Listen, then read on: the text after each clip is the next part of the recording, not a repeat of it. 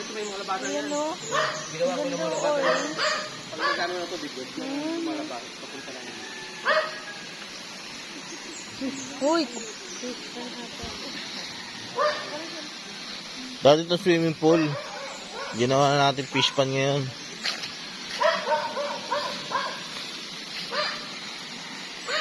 Yan, galing yan sa sa bukal. Running water.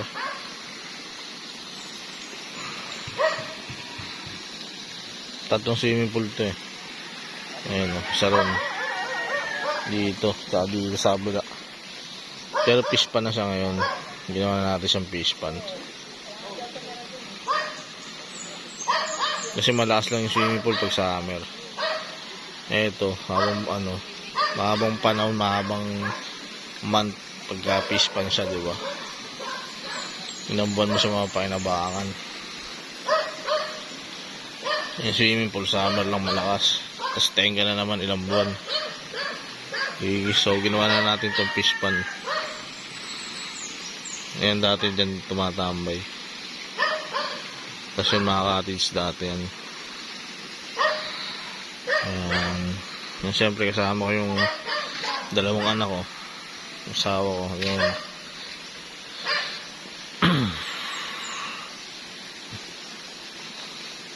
pwede ka maligo dito kasama yung mga isda.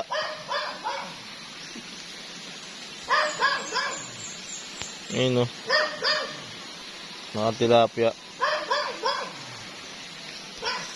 Bu. Picture mo dito. Matagal-tagal na naman tayong makakabalik dito.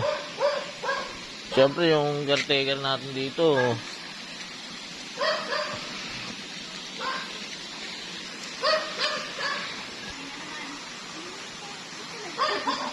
Ikaw naman be. Kagi matagal tayo makabalik dito. Nakapabayaan na natin yung swimming pool natin. Oh.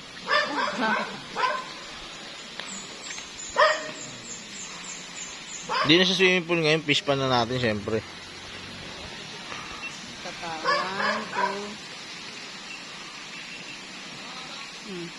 Tamo, alain yun. Ang delete nyo pa nung pumunta tayo rito. Ngayon, mga dalaga na kayo.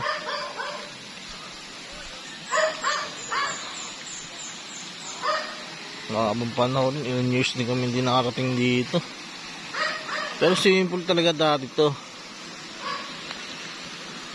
Yung mga cottage.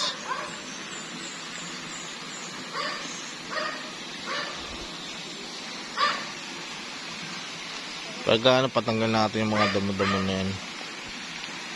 Para mabuhay ulit yung swimming pool siguro. Pag Pero mahaba-habang usapin pa to. Para mapalinisan natin ulit. Yan.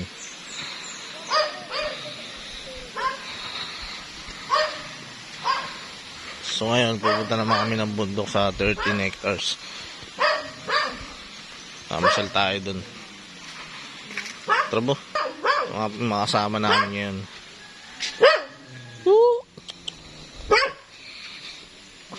Friends.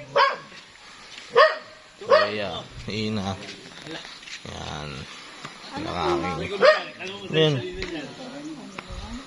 Ano to? Rambutan. Rambutan to, di ba? Rambutan. Rambutan. Wala iba pong punta dito. Gagawin na lang natin garden yan, syempre.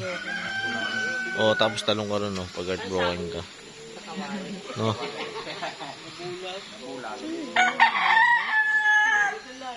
Cottage yan. Ay, CR pala. Cottage, sabi mo, sila lang daw yung nag-ano. Yan, cottage yan, dati. Pero ginawa natin baboy yan. Dagat na tayong baboy tsaka isda.